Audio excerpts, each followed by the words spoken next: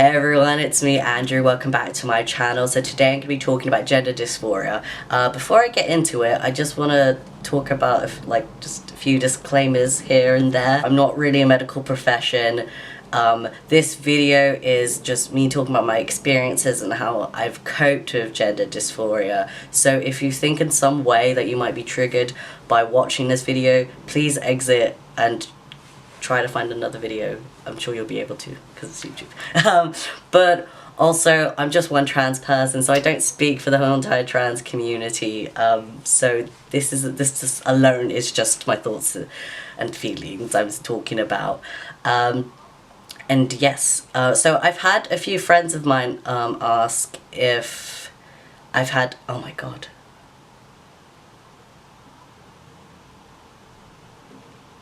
Oh my god, it was a cat.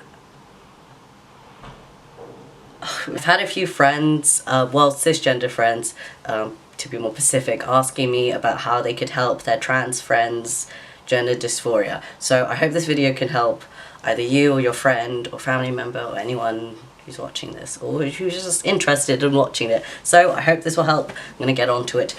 So if you don't know what gender dysphoria is, so I'm going to say just a very brief summary from NHS UK. Gender dysphoria is a condition where a person experiences discomfort or distress because there's a mismatch between their biological sex and gender identity. So there's a lot more obviously within that sentence I just said, that goes into like so many layers and depths that it's very hard to comprehend, even explaining how you feel when you had your really worst days with just gender dysphoria. So I come up with a few things. I come up with 3 main things. Okay, so number 1 is patience. If it's either you or yourself that's been having a really bad day, just be patient with yourself. It's hard. Sometimes okay, let's just admit it. It's fucking hard to be patient, especially when the waiting times are just long and it feels like a year is frickin' forever. And it's just kind of like, why can't something happen tomorrow, sort of thing. But then sometimes, I mean, if you got your referral to the GIC, or if you're waiting to hear back from a GP, or you're waiting to hear back from a letter,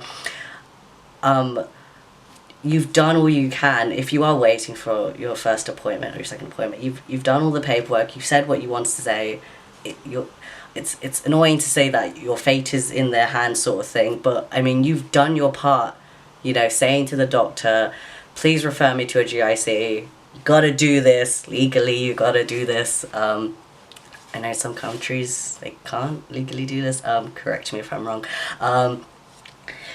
but you should be, but the thing is that you've done the work, and it's just them having to do it. I mean, there's nothing wrong calling the GIC or seeing your GP and asking what the progress is about learning, or hearing back from the GIC about whether or not you have been referred, or if you're waiting to get like a confirmation letter, or you're just waiting for your first appointment. So patience. If you have a friend who is who's experiencing gender dysphoria, please be patient with them.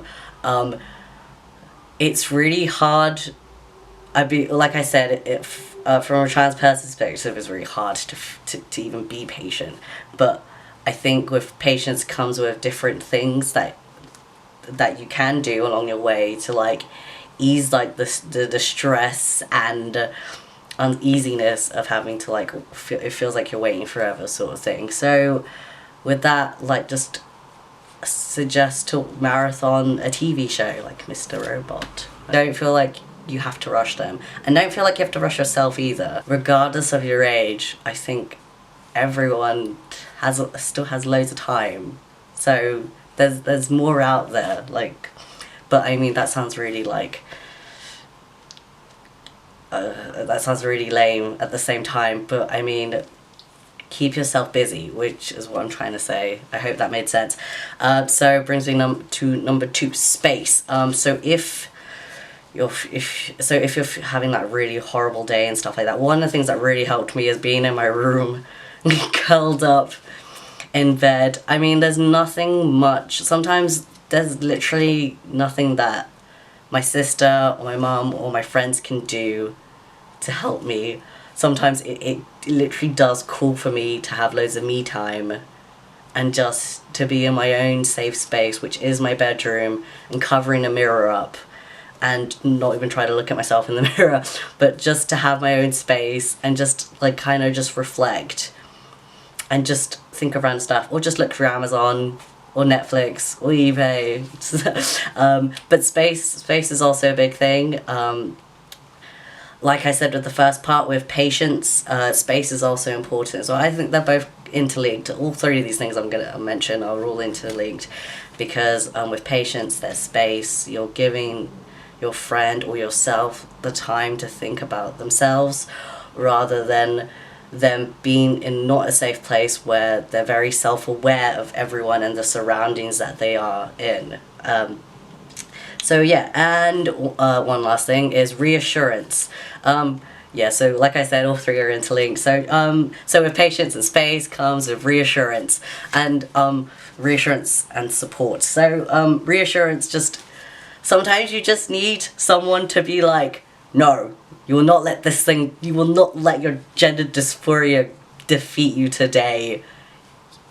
You are a man, or you're a woman, or you're non-binary, or you identify the way you are. It's just how people have been brought up with this misconception of what a real man and a woman and a non-binary person is, and people are still learning, or people are still ignorant, or they choose to ignore it and stuff like that. And the thing is, like, it isn't your fault for the way how you want to identify. Like, it isn't your fault. I think what's really effed up is not only with the heteronormative society, but also with just gender roles. I think that's put like a huge strain on everyone and all of us of how we interpret like what's a role for a man and a woman. And it's just kind of, it really is messed up when you think about it. Like, it's like, damn.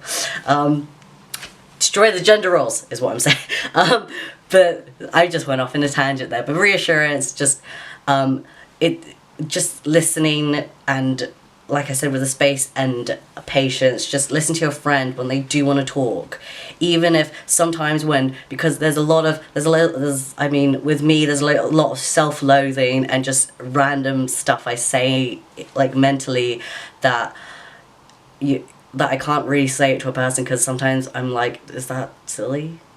And it just sounds a lot better when you talk about it, because I feel that being able to talk and express your feelings in many different ways, whether it is either vlogging or drawing or writing or reading or just taking a walk, I feel like that will just help you, will just help ease some sort of anxiety and stress that is linked to gender dysphoria. If you haven't found someone who has the same exact thought as you do about how you've been feeling with gender dysphoria, it doesn't make you less trans enough, and it doesn't make you feel less valid either, because you're a person, and the way how you're feeling is completely real, and you're not alone. Another thing is treating yourself. So just treat yourself. It's